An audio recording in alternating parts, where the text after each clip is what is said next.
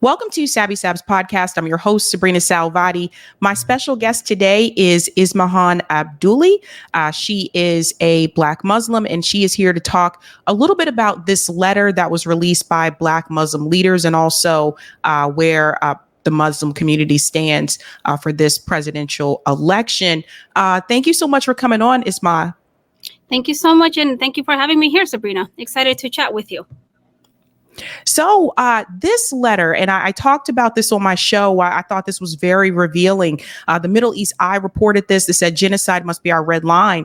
Black Muslim leaders shun Harris for president. And there was a statement that was issued by Black Muslim leaders where several of them have signed on to this statement, which basically said not to support candidates that are not advocating for the ceasefire and the arms embargo against Israel. And I want to talk to you a little bit about that first and foremost, because one of the things I continue to tell my supporters is that you have to understand that the Muslim community is diverse. And I think there seems to be this common misconception that all Muslim Americans are Arab American, and not all Arab Americans are Muslim either. So I always try to get that across to them, and that we also have Black Muslims as well. I want to get your take a little bit about this letter that came from Black Muslim leaders. Absolutely. Thank you so much for that, Sabrina. I will say that the Muslim community is not a monolithic community. We have such diverse representation within our community of different backgrounds, different ethnicities, different races, different languages. And with that said, majority of our Muslim American community is actually not Middle Eastern or Arab. We have a large segment of our community that are Black Americans, and this includes Black immigrants as well, and Black Americans who have been foundational to America. And so one of the things that I really want to get across is that with such a diverse community, you're going to get different takes. You're going to get different perspectives on not just the election, but on other matters as well, because we are not a monolithic community. What was important for us is that for the Black Muslims who participated in signing on to this letter, or those who are organizing this letter, such as myself and others, what was important for us is for folks to not tell our story just because there may be other respected folks or other individuals who may have spoken up to endorse Harris, that is not the full story of the Black Muslim experience. For us, it was important to get our narrative that as Black Muslims and as organizers, as leaders, as imams, that for us, genocide is a red line. Many folks have been part of the political space for a very long time, organizing in their communities, and also have been pushing for policies, both domestic as well as foreign, that can kind of help us build a just future here and abroad. And so for us, genocide was a red line. The politics of fear, the politics of fear mongering is not something that was going to work on us. We wanted to make sure that our voice and our perspective was out there, that the Black community, and even within the Black community, we're not a monolithic community, but one of the things that was important for us is to amplify that solidarity with the Palestinian struggle, the Palestinian cause, which goes beyond just the current genocide in Gaza, but the 76 years of occupation, the 76 years of ethnic cleansing, the 76 years of the world turning a blind eye to the Palestinian cry, that we not just see ourselves in that struggle, no matter where in the diaspora you live, or no matter what country you live, whether you're Black American or Black in other countries as well, that we see our struggle of oppression, we see our struggle of trying to throw away those shackles of colonialism in the Palestinian struggle, that these struggles are interconnected and intertwined. And that's why for us, for this election, genocide is a red line. Totally understand where you're coming from that. And I'm not Muslim American, but even genocide is a red line. Were you kind of surprised? And I'm curious to hear the take from the Black Muslim community. Was there some sort of surprise that this happened under a Democrat Party administration, this genocide in Gaza? And then also there are the attacks in Lebanon as well. At one point, over 2,000 people were killed in Lebanon in a single day by Israel. Israel has also been attacking Syria. And I continue to explain to people it's not just Gaza. There's also the settlements in the West Bank as well. But were you Were you surprised that this is happening under Biden and Harris? A lot of people have told me they would have expected this to happen under Donald Trump instead. I would tell you, Sabrina, we're not surprised. When you think about the ways that struggles are interconnected, it's one thing to be a Black American and Muslim American, and even more so as a Black Muslim American.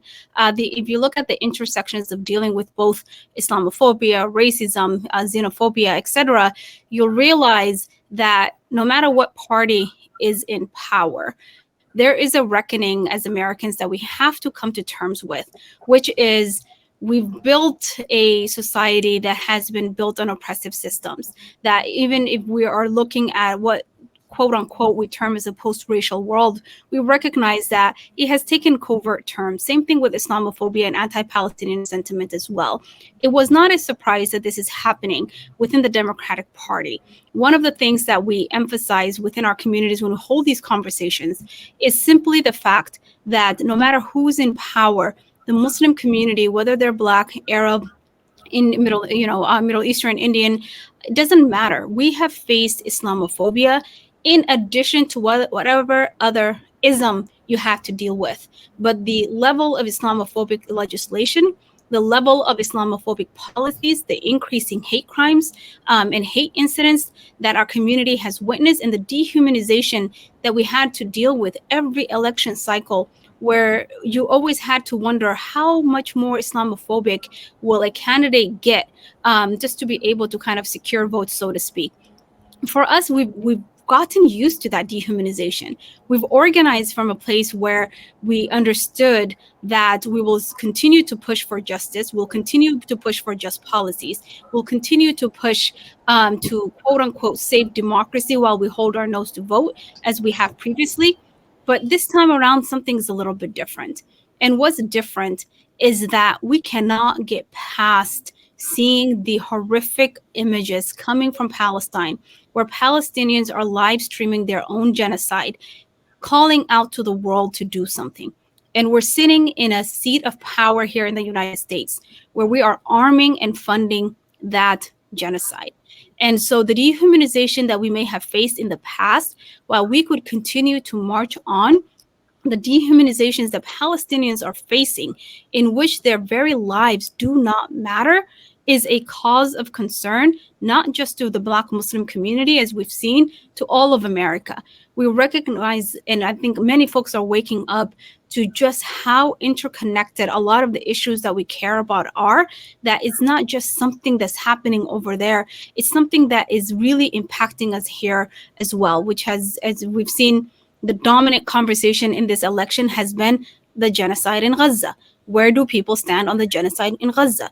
Palestine, and I firmly believe this, Sabrina, Palestine should be a litmus test for anyone who's running for office.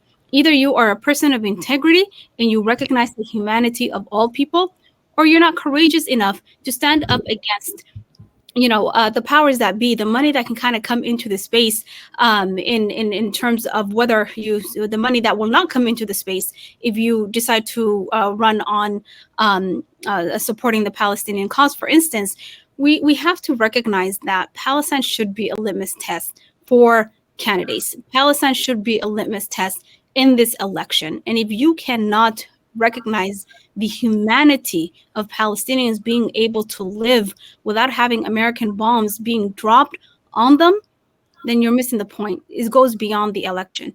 This is a moment not just about Palestinian lives mattering, but also a moment that we have to look into the mirror and say, what kind of country do we want to be? And for us, organizing this letter was about getting that moral compass back, of recognizing that Black community, whether within the Muslim community or outside of the community, has been the moral compass for America for a very, very long time. And we need to be able to not disconnect our struggles, because divided, we're easily able to be conquered. Well said there. I agree. It should be a litmus test. There is this phrase, progressive except for Palestine. And I never agreed with that phrase. And I don't understand those that were against the apartheid in South Africa, but they're not against the apartheid in Israel. It's absurd to me. And there's something I want to show you here, this video of something else that's been happening. There is mixed messages that are being sent out to voters, particularly in different states and different communities. CNN, I'm surprised, actually covered this, that Kamala Harris has been sending out 2 different ads, one to Israeli Americans, the Jewish community, and another one to Muslim voters in Michigan. Tonight, mixed messages. A K-file investigation this hour finds Kamala Harris is targeting crucial battleground voters with vastly different messages on Gaza and Israel. This ad is running in Michigan, which has the largest Arab population in America. What has happened in Gaza over the past 9 months is devastating. We cannot allow ourselves to become numb to the suffering, and I will not be silent. All right, well, it's a very different story for an ad in Pennsylvania targeting Jewish voters. Let me be clear. I will always stand up for Israel's right to defend itself, and I will always ensure Israel has the ability to defend itself, because the people of Israel must never again face the horror that a terrorist organization called Hamas caused on October 7. Different message. Yeah, so I wanted you to see that part there, and I want to get your take about that. How do you feel about those mixed messages coming from Kamala Harris? And there also seems to be a number of attacks that I've seen online, also in person, by those who are either canvassing for Kamala Harris's campaign or they're Democrats. Keith Ellison, I'm not sure if you're familiar with him, but so yeah, Black Muslim. He very vocal online, telling people that they still need to support Kamala Harris. How do you feel about those mixed messages, her sending 2 different messages to 2 different communities? That's what we call moral confusion. If your principles and your values are consistent, your message will stay consistent no matter which constituent that you are speaking to. And I think this is what we're losing sight of. For us, really thinking through the current moment that we're in a pivotal election. And there is always this talk about democracy being on the line. And I want to ask this question. When we talk about democracy, who are we including in that conversation? Because what the past year have shown us is that if you do not fit the status quo, you will be seen as either being un-American, non-American, or anti-American. And so when you look at the current genocide that's happening in Gaza, our administration, the Biden-Harris administration, is in power. They have the power to be able to stop this genocide. Full stop. Before we start talking about voters, before we start talking about how people are going to vote, whether or not to protect democracy, whether or not to fear what's to come if Harris is not going to be elected into office, we have to ask ourselves this question. Are we or are we not moved by the images that we've seen, the stories that we've seen, the number of deaths of Palestinians, people pulling others with their own hands from underneath the rubble, Palestinians being burned alive, all of this with American tax dollars.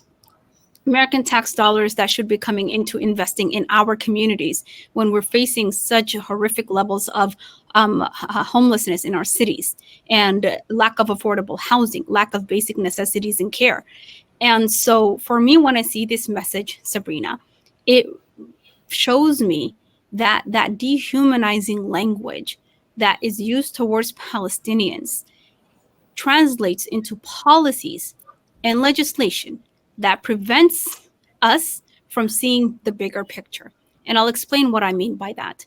If we wanted to hear sympathetic words or nice message or nice rhetoric around the humanization of Palestinians, or just how we are feeling in this current moment, how the community is feeling in this current moment, we will go see a therapist. We'll go to our imams. We'll check in with each other as community. What we are hoping to see from this administration that is still in power, yes, candidate Harris is running for office, but right now she is the vice president of this administration. And what we were hoping to see from the Biden-Harris administration is an end to this genocide, an arms embargo on Israel for violating international law, for violating U.S. law. And so if we cannot hold our own government accountable in regards to this, then what's the conversation post-election? No matter who is in power, we still have to come back to this question of what kind of country do we want to be? And for me, and for those who have signed on to this statement, and for many, many Americans out there, we're saying we do not want to be a country that is aiding and abetting the Israeli government and funding them to continue this genocide against our Palestinian brothers and sisters. Full stop. If we were not providing almost 75% of the funds needed for this genocide to continue, the conversation will be different. But the reality is our government continues to be a main funder of genocide, and we're allowing this to happen on our watch. And so, of course, we're going to be paying attention. Of course, we're going to be organizing and pushing back, because years from now, after all of us, no matter how much time we have left on this earth, years from now, decades from now, centuries from now, when folks look back at the history books, I want people to see that there were good people that have stood up against this genocide, have spoken truth to power, have tried to get our own government to course correct, have not just focused on respectability politics, but focused on accountability, because we want to do better. We want to be better, and we want better for the Palestinians. And that starts with us stopping the bombs that we're dropping on them.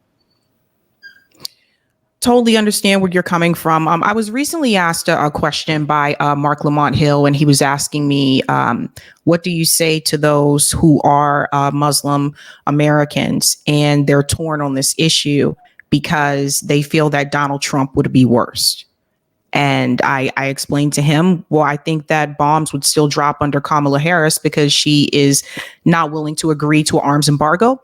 And she has told this multiple times in different speeches that she is not going to withhold not only just arms from Israel, but she will always make sure that Israel has a right to defend itself. And it's always interesting to me when people use that rhetoric, because they don't say that about Gaza. They don't say that about Lebanon. They don't say that about like people in the West Bank. Like they don't have the right apparently to defend their self, which I think is absolutely ridiculous.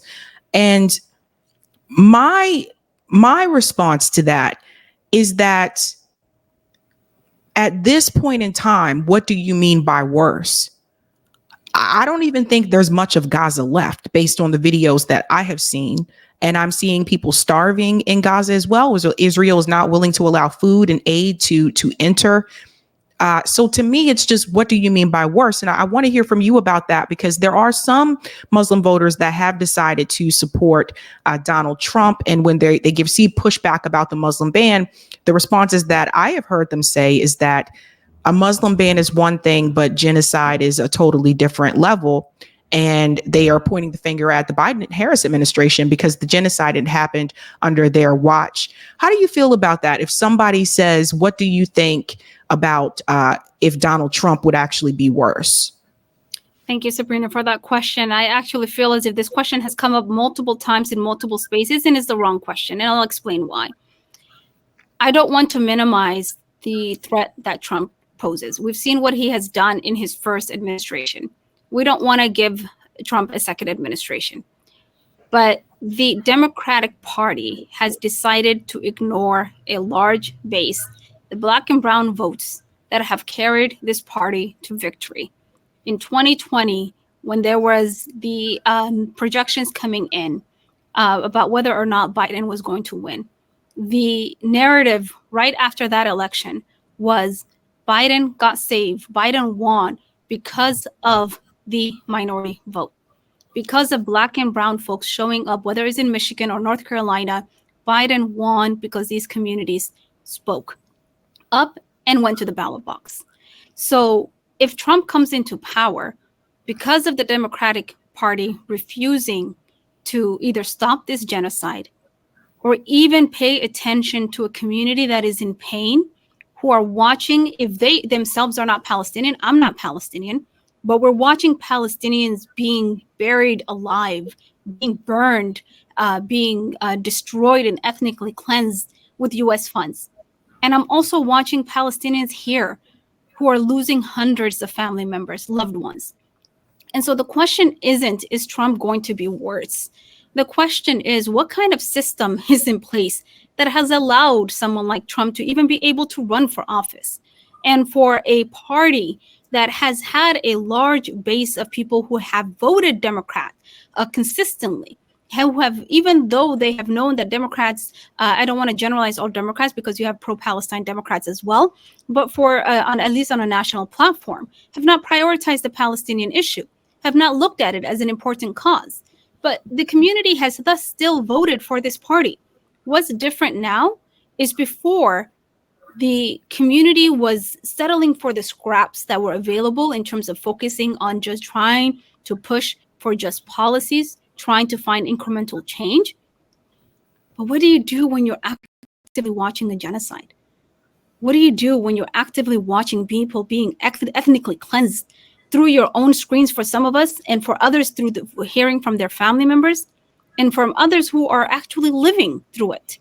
And so I actually do not like that question of, is Trump going to be worse? Of course, when you look at it from marginalized communities, undocumented communities, our Black and brown communities, we know what Trump is capable of.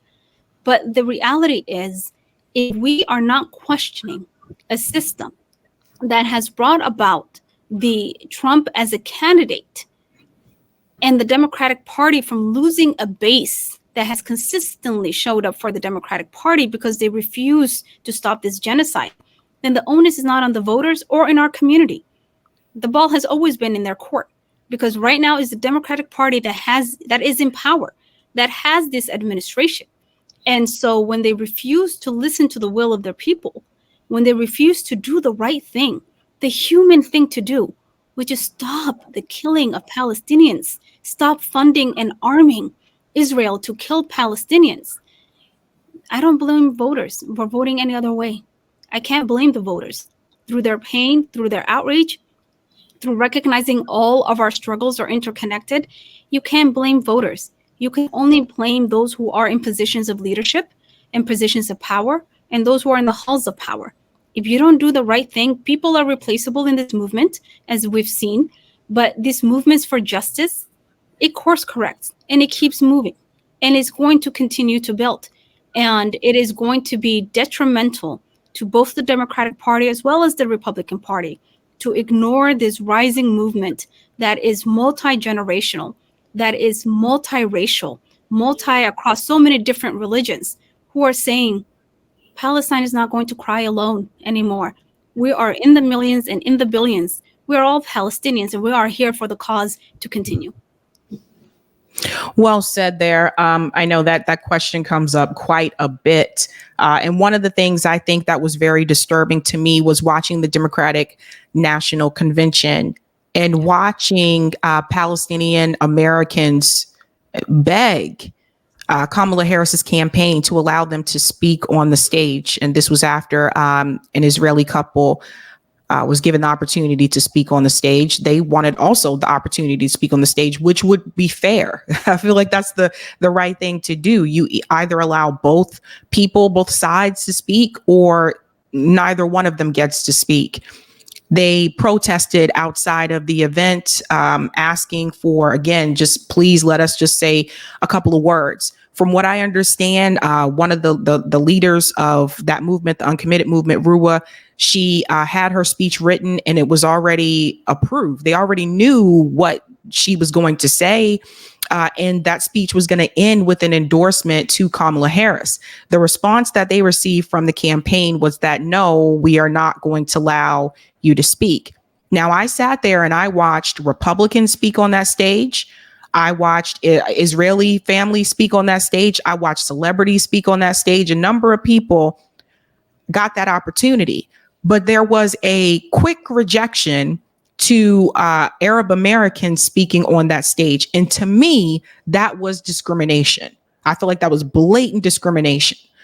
And yet, even after that, those leaders still wanted to work with Kamala Harris, whereas other members of the Uncommitted movement were not necessarily in agreement with that and did voice frustrations about that on the show. And now it has been reported, this is breaking news, that According to the Middle East Eye, the Uncommitted movement splits after taking PAC money from supporting Kamala Harris. It says from PAC supporting Kamala Harris, volunteers started their own Uncommitted group after learning the leadership took $400,000 from a PAC that does not support third-party presidential candidates. So again, this is new news here. And it says that the Uncommitted National Movement, which promised to leverage constituents' votes to force the Democratic Party to change its position on Israel, received more than $400,000 from a Democratic-aligned PAC that explicitly prevents beneficiaries from endorsing a candidate other than Kamala Harris. Several activists and volunteers told MEE that the payments appear to explain why the movement refused to endorse a third-party presidential candidate. So there has been a split there, but this is similar to something I thought that this could be what was happening. The reason why the leadership was willing to still, let's try to push Kamala Harris. But I had uncommitted members on this show that were not in agreement with that at all. And now to see this reported, and there's this split in the uncommitted movement, what do you think this means for Muslim voters? And what do you think this could mean for this presidential election?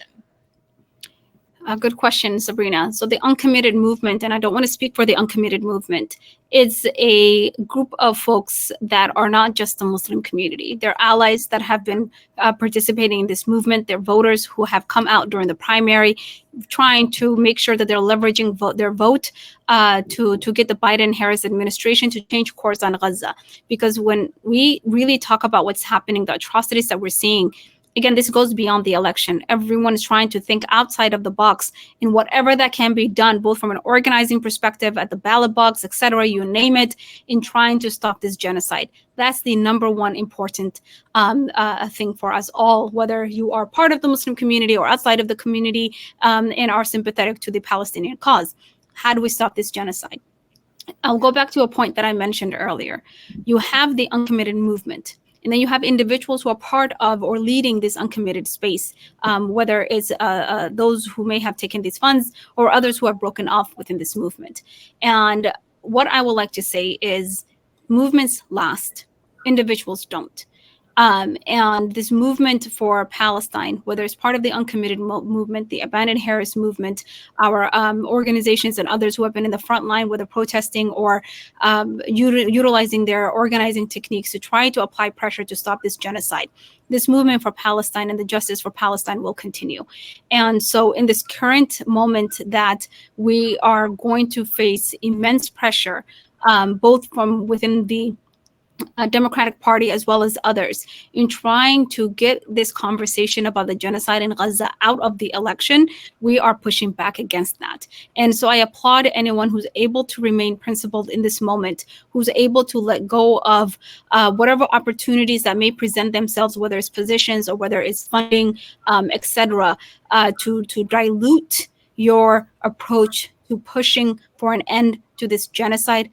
I applaud them, whether they are part of the Uncommitted movement or outside of the Uncommitted movement. We're seeing the take on the scholar Ta-Nehisi Coates when he is doing this book tour about the message and being able to connect the apartheid that he saw in the West Bank, the apartheid he saw when he went on a visit to the apartheid the African Americans have faced for decades and for centuries.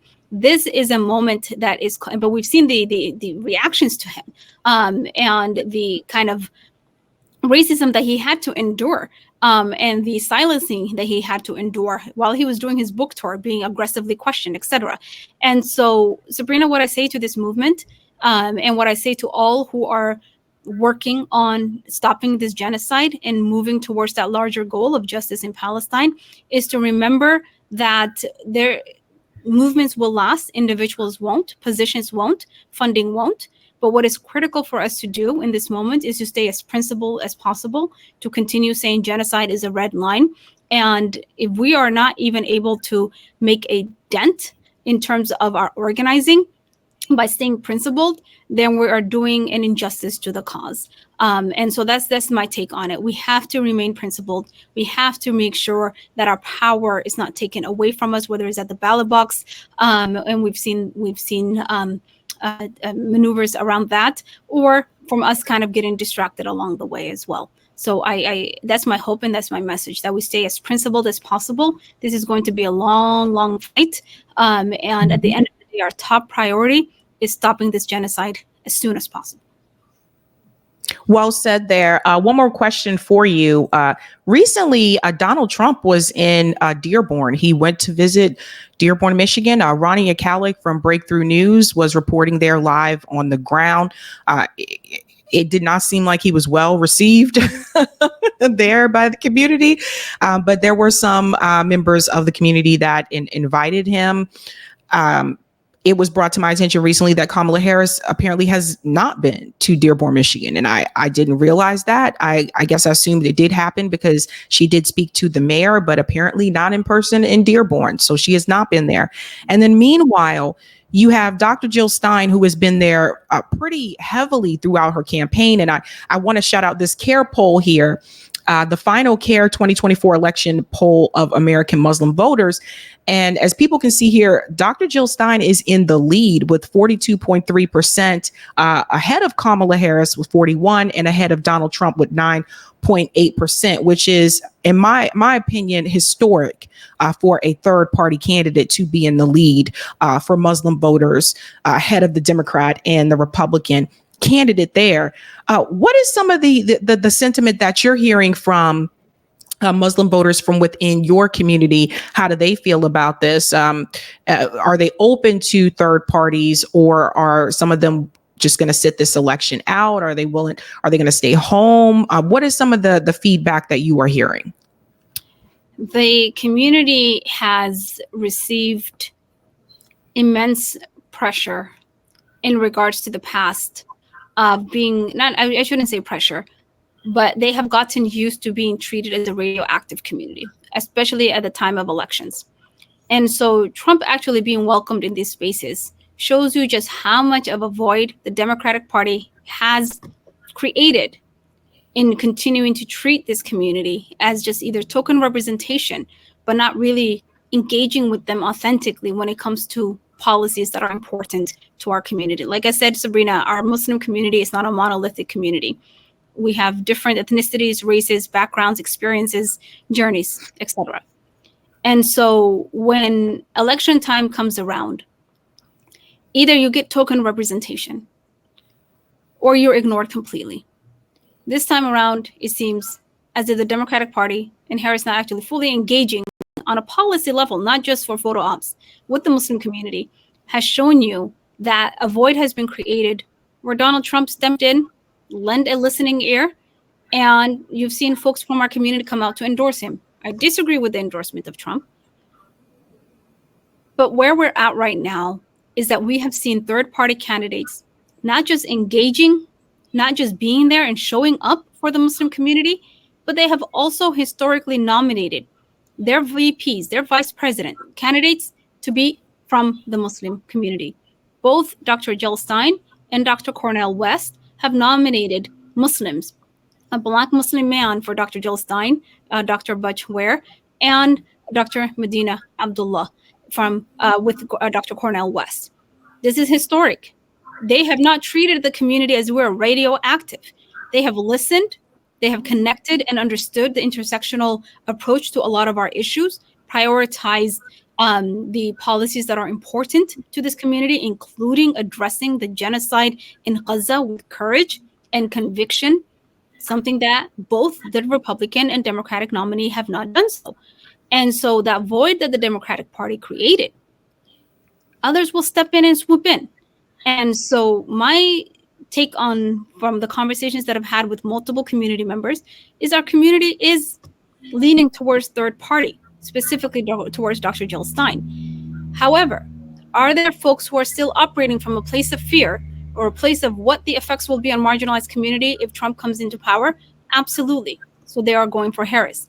And there are those who are tired of the status quo, just recently, I've heard folks who have recently endorsed Trump saying that we have been hardcore Democrats for a very long time. We're not getting anything back in terms of being listened to. So it pushed them towards Trump's direction. And so for us, it's simple. This is a community that is in pain. This is a community that has been ignored. This is a community that's tired of token representation and being treated as being radioactive when it comes to the election. The Muslim community, whether you're Black, you're Arab, you're Southeast Asian, etc., there's a lot to offer, and there's a lot of value that this community has, and continuing to ignore them has political consequences. The community is just, a lot of folks have been politically activated, and I predict that no matter what the turnout is going to be for this election, for the years to come, I firmly believe, that both political parties, including third-party candidates, will see this community as a community that is politically active and will continue to build on their political activism, because we're tired of being the footnotes. We're tired of being the punching bags. We're tired of the dehumanization that we continue to see towards our Palestinian brothers and sisters. When Islamophobia is mentioned, you will never see, I shouldn't say never, but most of the time, you will see that Islamophobia will not be mentioned by itself. It will always be linked to other issues to try to create a balance of view, so to speak. And so we're tired, Sabrina. We're very, very much tired of that kind of approach to politics. And people are tired of the fear mongering, of the lesser of two evils. People want to vote for hope. People want to vote for change. People want to vote for something positive, something that leans towards justice, something that can kind of get us there together, not leaving any one of our communities behind. Neither of these candidates have been able to offer that for our community. Thank you so much for your time, Ismaha.